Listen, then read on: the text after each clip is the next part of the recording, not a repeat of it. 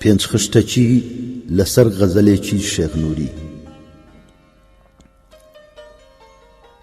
قەت نەدەی ئازاری گیانی مەست و بێدارانی شەو، خۆت نەخەی تا بەر شەپۆلی ئەشتی بێ پایانی شەو.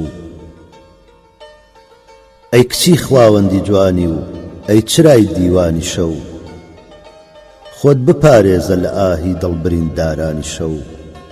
نەک خوا ناکەردە گیرابێ دوعای ناڵانی شەو.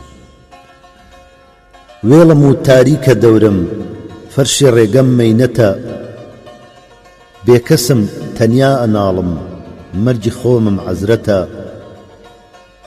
سازی ئاهەنگی شەوانم سۆزی جەرگی لەدلەتە، یاوەر و یاری ئەنیسم ئاه و ئەشتی حەسرەتە. ئافەرین ئەی بارەکەڵڵا دیدەی گریانی شەو.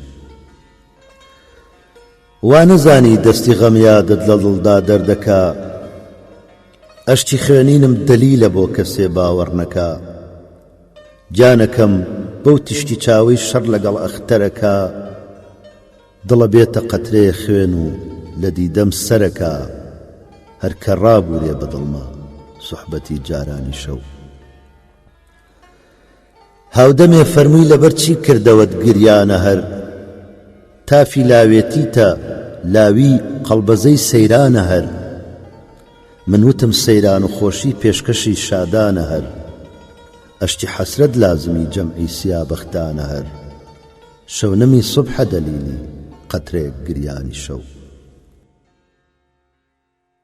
هەوڵی زۆرمدا لە داوی زوڵفیە و بێمروەتە، دەرچم و دوایی بهێنم بەم عەزاب و مەینەتە. پێیوتم بێسوودە هەوڵت تاکو ماوی جێگەتە. نووری لەم پێچ و خەمی زوڵفە نەجات زەحمەتە، لای سەخی تەبعان مەحاڵە ڕوخسەتی میوانی شەو.